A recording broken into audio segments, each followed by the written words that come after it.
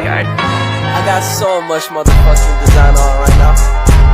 Bring it down, bring it back, make it clap. I got 3 old thoughts, new block, wear that thing. Bitches on my line, and you know. Assalamualaikum warahmatullahi wabarakatuh.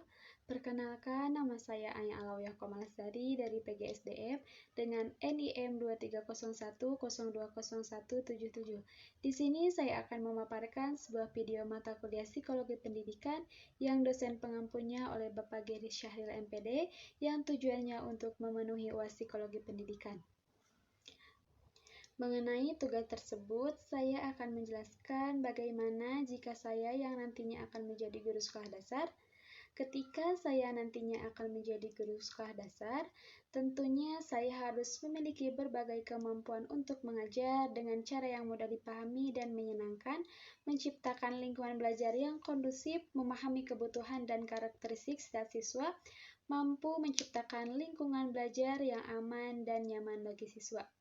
Selain itu, seorang guru SD juga harus memiliki berbagai pengetahuan yang luas tentang materi pelajaran, serta mampu mengembangkan kreativitas dan inovasi dalam metode pengajaran, dan yang terakhir, bekerja sama dengan rekan kerja. Adapun peran guru untuk mengoptimalkan proses pembelajaran sebagai sumber belajar berkaitan erat dengan penguasaan materi pelajaran, fasilitas, pengelola, pembimbing, motivasi, serta evaluator. Selanjutnya, ide atau gagasan apa yang akan saya lakukan ketika saya sebagai seorang guru sekolah dasar? Di sini saya akan melakukan sebuah asesmen. Apa sih asesmen itu? Asesmen atau penilaian adalah langkah penting yang dilakukan guru untuk mengetahui tingkat pemahaman, pengetahuan, maupun keterampilan siswa dari suatu pelajaran yang sudah dipelajari.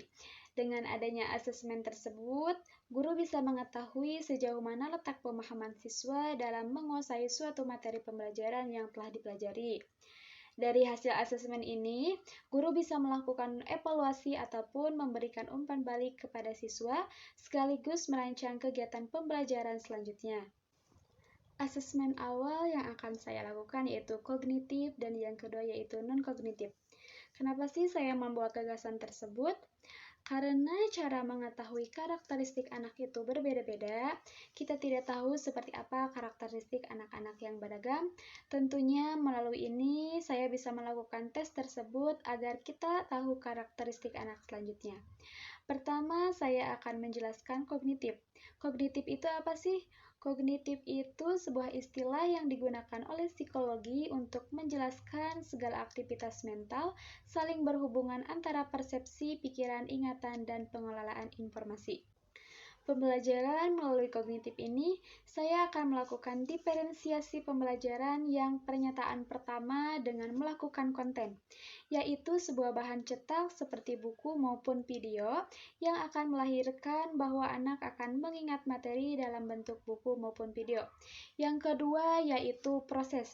Dalam proses ini saya akan lakukan yaitu proses pembelajaran interaktif yang mana pembelajaran ini melibatkan interaksi seperti permainan edukatif dan diskusi kelompok kecil untuk membuat pembelajaran lebih menarik dan efektif.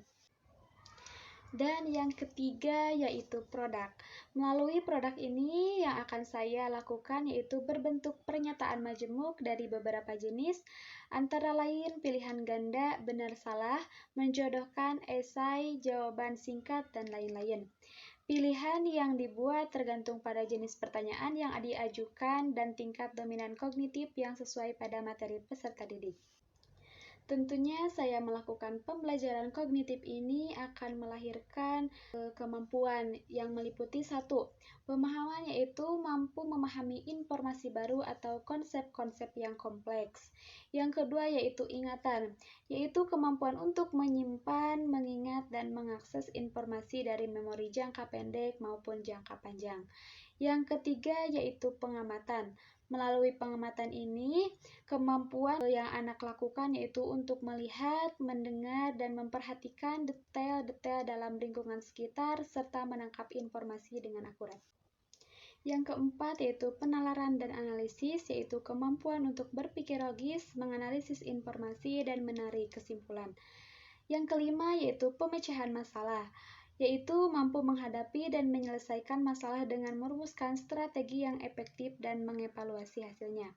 Yang keenam yaitu kreativitas, kemampuan untuk menghasilkan ide-ide baru, melihat hubungan yang tidak terduga, dan merumuskan solusi yang inovatif. Yang ketujuh yaitu pengembangan bahasa, yang mana anak mampu memahami, menghasilkan, dan berkomunikasi dengan menggunakan bahasa verbal maupun nonverbal. Yang kedelapan yaitu kemampuan ruang dan waktu, pemahaman terhadap konsep ruang dan waktu, termasuk navigasi, orientasi, dan pemahaman tentang urutan kejadian. Yang kesembilan yaitu kemampuan metakognitif, yaitu kesadaran dan pengelolaan diri terhadap proses berpikir, termasuk pemahaman akan strategi pembelajaran yang efektif. Fungsi tersebut berperan penting dalam kegiatan sehari-hari pembelajaran dan interaksi dengan lingkungan sekitar. Asesmen yang kedua yang akan saya lakukan yaitu asesmen non-kognitif, yang merupakan asesmen yang dilakukan guru untuk mengetahui kondisi psikologi emosi dan sosial siswa. Bisa dikatakan bahwa asesmen ini lebih ingin mengenal bagaimana kondisi personal siswa. Asesmen ini tujuannya lebih mengarah ke psikologi dari emosi, dapat membantu siswa dalam mengevaluasi bagaimana siswa menangani situasi dan melakukan interaksi sosial. Untuk bisa membuat asesmen non-kognitif ini, saya sebagai guru harus menyiapkan beberapa pertanyaan yang mendalam yang bertujuan untuk mendapatkan informasi mengenai kondisi psikologi dan emosi siswa. Adapun jawaban dari pertanyaan yang dibuat tersebut tidak ada yang benar ataupun salah, karena kondisi psikologi dan emosi setiap siswa itu berbeda-beda. Dengan itu, saya dapat lebih menekankan apakah siswa telah menjawab secara jujur ataupun tidak.